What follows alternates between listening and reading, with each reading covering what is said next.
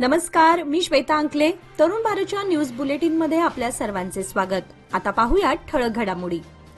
श्री शिवप्रतिष्ठान हिंदुस्थान बेळगावच्या वतीने फाल्गुन शुद्ध प्रतिपदा ते फाल्गुन अमावस्या या दरम्यान धर्मवीर बलिदान मास पाळण्यात येतो.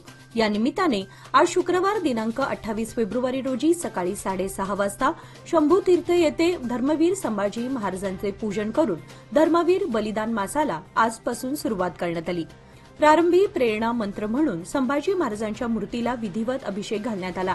त्यानंतर संभाजी सूर्यहृदय श्लोक म्हणण्यात आले आणि ध्येय मंत्र म्हणून धर्मवीर संभाजी महाराजांना पहिली श्रद्धांजली अर्पण करण्यात आली. याप्रसंगी जिल्हाप्रमुख विश्वनाथ पाटील यांनी उपस्थित धारकऱ्यांना मार्गदर्शन केले. धर्मवीर छत्रपती संभाजी महाराजांचे बलिदान समस्त हिंदू धर्मासाठी आहे याची जाणीव ठेवून प्रत्येक हिंदू व्यक्तींनी धर्मवीर बलिदान मासाचे नित्य आचरण काटेकोरपणे करावे. या कार्यक्रमास श्री शिवप्रतिष्ठान हिंदुस्थानचे प्रांतप्रमुख किरण गावडे, शहर प्रमुख अनंत चौगुले, विभाग प्रमुख पुंडलिक चव्हाण, चंद्रशेखर चौगुले, किरण बडवानाचे तसेच शेकडो धारकरी उपस्थित होते. मराठा मंदिर येथे सुरू असलेल्या अभिजात मराठी आनंद मेळाव्यामध्ये आजच्या दुसऱ्या दिवशी शुक्रवार दिनांक 28 फेब्रुवारी रोजी सकाळी फ्रेंड्स सर्कल बेळगाव यांच्या वतीने खेळ मंगळागौरीचे सादरीकरण करण्यात आले होते. यानंतर प्रज्ञाप्रसाद व सहकारी यांच्यातर्फे आम्ही कचऱ्याचे गधनी हे पथनाट्याचे तसेच गायन प्रशिक्षक विनायक मोरे यांनी समूह गायन प्रशिक्षणाचे आयोजन करून विद्यार्थ्यांना प्रोत्साहित केले. तिसऱ्या सत्रामध्ये स्वाती राजे यांनी पालक शिक्षक मेळावा घेऊन उपस्थितांना मार्गदर्शन केले. यावेळी काही विद्यार्थ्यांची भाषणेही पार पडली. चौथ्या सत्रात दुपारी निमंत्रितांसाठी कवी संमेलन आयोजित करण्यात आले होते. कर्नाटकमध्ये हॉटेल्समध्ये प्लास्टिक वापरावर बंदी घालण्याचा निर्णय घेण्यात आलाय. राज्य सरकारने ही महत्वाची घोषणा मंत्री दिनेश गुंडूराव यांनी केली. हॉटेल्समध्ये प्लास्टिक वस्तूंचा वापर प्रतिबंधित करण्याचा आदेश देण्यात आला आहे, जो पर्यावरण संरक्षणासाठी महत्वपूर्ण पाऊल ठरेल. मंत्री गुंडूराव यांच्या या निर्णयामुळे हॉटेल्स आणि इतर अन्न विक्रेते प्लास्टिकच्या बदल्यात पर्यावरण स्नेही पर्याय वापरण्याची सक्ती होईल. यामुळे कर्नाटकमध्ये प्लास्टिकच्या प्रदूषणात कमी येईल अशी आशा व्यक्त केली जात आहे. फूड अँड सेफ्टी विभागाने राज्यभरातील 251 हॉटेल्स आणि खानावळींमधून अन्न नमुने तपासले आहेत आणि 51 नमुने असुरक्षित असल्याचं आढळून आलंय. इडली करण्यासाठी प्लास्टिकचा वापर वाढत चालला आहे, ज्यामुळे आरोग्याला धोका होऊ शकतो. बेळगाव सीमा भागाचा विषय आला तर कर्नाटकातले सगळे पक्ष संघटना एक होऊन लढतात. या उलट महाराष्ट्रामध्ये सगळेच पक्ष आपसात संघर्ष करतायत. खरंच यांना संयुक्त महाराष्ट्राच्या चळवळीतल्या हुतात्म्यांचा विसर पडलाय का असा प्रश्न पडतो, असे उद्धव ठाकरे मुंबईतील एका सभेत बोलताना मत व्यक्त केले. याचा कोण कितपत गांभीर्याने विचार करतंय हे आता बघावं लागेल. बेळगाव शहर पोलीस आयुक्तालयातर्फे आज शुक्रवार दिनांक 1 मार्च 2025 रोजी राष्ट्रीय विज्ञान दिन साजरा करण्यात आला. या दिवशी आयुक्तालयातील सर्व पोलीस अधिकारी आणि कर्मचाऱ्यांनी शपथविधी कार्यक्रमात भाग घेतला. सुरुवातीला सर्व उपस्थितांना विज्ञान दिनाचा शपथविधी शिस्तबद्धपणे पार पाडण्यात आला. यावेळी पोलीस आयुक्त याडा मार्टिन मार्गन्यान यांच्यासह सर्व वरिष्ठ पोलीस अधिकारी उपस्थित होते. कार्यक्रमात विज्ञान आणि तंत्रज्ञानाचे महत्त्व सांगितले गेले आणि समाजाच्या सर्वांगीण विकासासाठी त्याचा योग्य वापर करण्याची शपथ घेण्यात आली. कोरेगल्ली शहापूर व महाराष्ट्र एकीकरण युवा समिती सीमाभाग यांच्या वतीने बेळगाव येथील गंगापुरी मठ येथे काल गुरुवार दिनांक 27 फेब्रुवारी रोजी वा शिरवाडकर उर्फ कवी कुसुमाग्रज यांची 113वी जयंती व मराठी भाषा दिन साजरा करण्यात आला. कार्यक्रमाच्या अध्यक्षस्थानी गल्लीतील ज्येष्ठ पंच सोमनाथ कुंडेकर हे होते.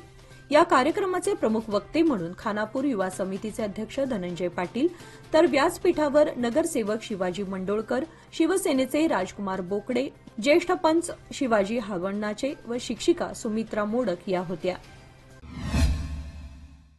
नवे पाऊल नवा संकल्प लोकमान्य सोसायटी सादर करत आहे लोकमान्य शुभारंभ ठेव योजना, जी देते तुमच्या ठेवीवर आकर्षक व्याज. ज्येष्ठ नागरिकांसाठी 0.5% अधिक व्याज. अधिक माहितीसाठी कॉल करा 1800-212-4050. लोकमान्य, जिथे पैसा वाढतो आणि नातं वृद्धिंगत होतं. संजीवनी वृद्धांना आधार या संकल्पनेतून दरमहा गरीब गरजू वृद्धांना देण्यात येणाऱ्या रेशन किट वितरणाला 2 वर्षे पूर्ण झाली असून प्रत्येक महिन्याच्या 15 तारखेच्या अगोदर गरजू लाभार्थींच्या घरपोच ही सेवा उपलब्ध करून दिली असल्याचे चेअरमन मदन बामणे यांनी सांगितले. समाजासाठी काहीतरी करावं अशी अनेकांची इच्छा आहे, पण त्यातील काही जण मात्र मदतीसाठी पुढे येत असतात. कालांतराने तेही थांबतात. पण आम्ही ही सेवा कायमस्वरूपी चालू ठेवण्याचा निर्धार केला आहे. संजीवनी वृद्धांना आधार या उपक्रमासाठी सध्या काही मोजकेच लोक मदत करीत आहेत. उर्वरित सारा भार फाउंडेशन उचलत आहे. भविष्यात जर का मदतीचे हात पुढे आले तर अजूनही गरजूंपर्यंत आम्ही पोहोचू असेही त्यांनी सांगितले. आदर्शनगर येथील संजीवनी फाउंडेशनमध्ये हा कार्यक्रम आयोजित करण्यात आला होता. बेळगाव दक्षिण वाहतूक पोलिसांनी आज शुक्रवार दिनांक 28 फेब्रुवारी रोजी टिळकवाडी येथील आरपीडी कॉलेज परिसरात वाहतूक नियमाविषयी जनजागृती अभियान सुरू केले. वाहतूक नियमांचे पालन करण्याबद्दल विद्यार्थ्यांना आणि स्थानिकांना जागरूक करण्यासाठी हा उपक्रम आयोजित करण्यात आला होता. पोलिसांनी विद्यार्थ्यांना हेल्मेट वापरणे, सीट बेल्ट बसवणे आणि नियमांचे पालन करण्याचे महत्त्व सांगितले. हा जनजागृती कार्यक्रमाचा हेतू वाहतूक नियमांचे उल्लंघन रोखण्यासाठी एक महत्त्वाचा पाऊल असून विद्यार्थ्यांमध्ये वाहतूक सुरक्षा संबंधी जागरूकता निर्माण करणे हे होय. यावेळी वाहतूक विभागाचे पोलीस अधिकारी उपस्थित होते. महाशिवरात्रीच्या निमित्ताने बुधवार दिनांक 26 फेब्रुवारी रोजी रामदेव गल्ली वडगाव येथील महादेव मंदिरात महादेवाच्या पिंडीला पहाटे महाअभिषेक करण्यात आला. सायंकाळी भजनाचा कार्यक्रम पार पडल्यानंतर महामृत्युंजय आणि महाआरतीचे आयोजन करण्यात आले होते. मंदिरात येणाऱ्या भक्तांना यावेळी साबुदाणा खिचडी व केळी देण्यात आली. हा उत्सव व्यवस्थित पार पाडण्यासाठी अध्यक्ष गोपाळ सूर्यवंशी, उपाध्यक्ष अप्पासाहेब पुजारी, कार्याध्यक्ष यल्लाप्पा रेडेकर, सेक्रेटरी विजय बनसूर तसेच विश्वस्त अरविंद पालकर, संजय पुजारी, रमेश वाघुकर, विजय जाधव व गल्लीतील नागरिकांनी परिश्रम घेतले. भारतासह 4 देशांमध्ये पुन्हा एकदा आज भूकंपाचे धक्के जाणवले. भारत, नेपाळ, तिबेट आणि पाकिस्तानसह काही भागात हे भूकंपाचे जोरदार धक्के अनुभवायला मिळाले. भारतात बिहारच्या पाटणा येथे 2:35 सुमारास भूकंपाचे धक्के जाणवल्यानंतर लोक घराबाहेर पडले. 5.5 रिश्टर स्केलवर तीव्रतेचा हा भूकंप होता.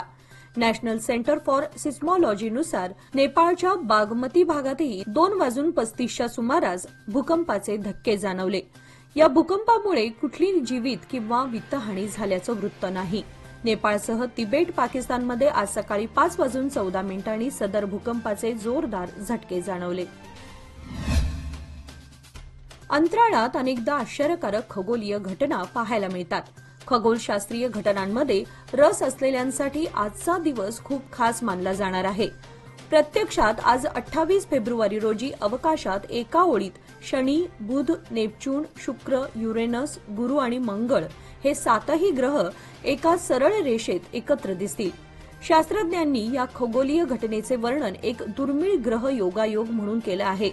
सर्व ग्रह सूर्याभोवती वेगवेगळ्या कक्षेत फिरतात, परंतु ग्रहांच्या कक्षा वेगवेगळ्या असतात, ज्यामुळे ते एका सरळ रेषेत दिसत नाहीत. जेव्हा पृथ्वीसह इतर ग्रह सूर्याच्या एका बाजूला येतात तेव्हा ते आकाशात एका सरळ रेषेत दिसतात. हा कार्यक्रम जानेवारीपासून सुरू आहे आणि 8 मार्चपर्यंत सुरू राहील.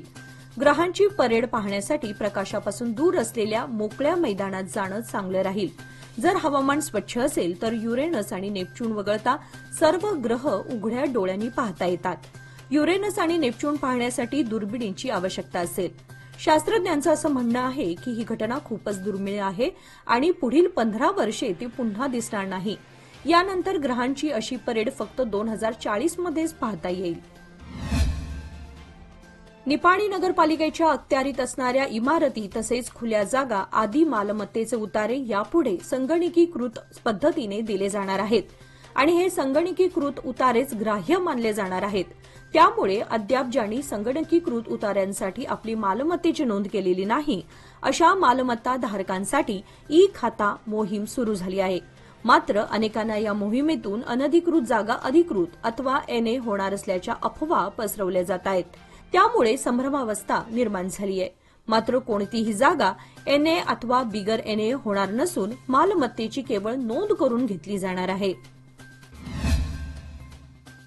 गेल्या वर्षी निपाणी शहराच्या हद्दवाढीची अंमलबजावणी झाली. त्यानुसार शहराला लागून असलेल्या 5 ग्रामपंचायतींच्या हद्दीतील एकूण 75 सर्वे क्रमांक हे निपाणी शहरात समाविष्ट झाले होते. मात्र या भागातील नागरिकांचा अद्याप शहरातील मतदार यादीत समावेश करण्यात आलेला नव्हता. त्यामुळे ह्युमन राईट केअर ऑर्गनायझेशन या संघटनेने जिल्हाधिकाऱ्यांना पत्र देऊन सदर सर्वे क्रमांकातील नागरिकांना निपाणी शहराच्या मतदार यादीत समाविष्ट करून घेण्याची मागणी केली होती. त्यानुसार अपर जिल्हाधिकारी विजयकुमार होनकेरी यांनी सदर नागरिकांचा समावेश निपाणी शहरातील मतदार यादीत करावा आणि त्यानंतरच निवडणूक प्रक्रिया राबवावी असा आदेश दिला होता.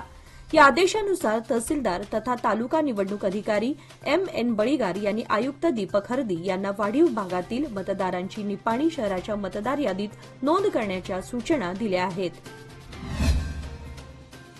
रविवार दिनांक 23 फेब्रुवारी रोजी मारिहाळ बाळेकुंद्री दरम्यान बस कंडक्टर व युवक युवतीमध्ये तिकिटावरून भांडण झालं होतं. याला कंडक्टरने आपला तरुणीशी झालेल्या छेडछाडीच्या प्रकरणातून वाचण्यासाठी मराठी कन्नड भाषिक वादाची फोडणी दिली. त्यामुळे दोन्ही राज्यादरम्यान तणावाचं वातावरण निर्माण झालं. याच दरम्यान महाराष्ट्र एकीकरण युवा समिती सीमाभागचे अध्यक्ष शुभम शेळके यांनी समाज माध्यमावर एक प्रतिक्रिया दिली होती. त्यामुळे कन्नड संघटनांना पोटशूळ उठला. त्यांच्या दबावाखाली व आकसापोटी पोलीस प्रशासनाने शुभम शेळके यांच्यावर माळ मारुती पोलीस स्टेशनमध्ये 192, 352, 353, 153, 504 आणि 505 अंतर्गत गुन्हा दाखल केला होता. यामध्ये कानडी संघटनाविरोधात आक्षेपार्ह शब्द वापरल्याचा ठपका ठेवला होता. आज द्वितीय जेएमएफसी न्यायालयाच्या न्यायाधीश श्रीमती पंकजा कोणूर यांनी हा जामीन मंजूर केला.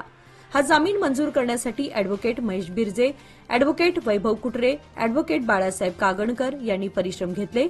तर यावेळी माजी महापौर महेश नाईक, विजय बाळेकुंद्री, धनंजय पाटील, नगरसेवक शिवाजी मंडोळकर, मनोहर हुंद्रे, विजय जाधव, अशोक घगवे, नारायण मुचंडीकर, सूरज जाधव, ज्ञानेश चिकोरडे, शिवाजी पाटील आदी उपस्थित होते. याचबरोबर आजचे बातमीपत्र इथे संपले. अधिक माहिती आणि ताज्या घडामोडींसाठी पाहत रहा तरुण भारत न्यूज चॅनल. तसेच आमच्या चॅनलला लाईक, शेअर आणि सबस्क्राईब करायला विसरू नका. आणि विश्वासार्ह बातम्यांसाठी दररोज वाचा दैनिक तरुण भारत. धन्यवाद.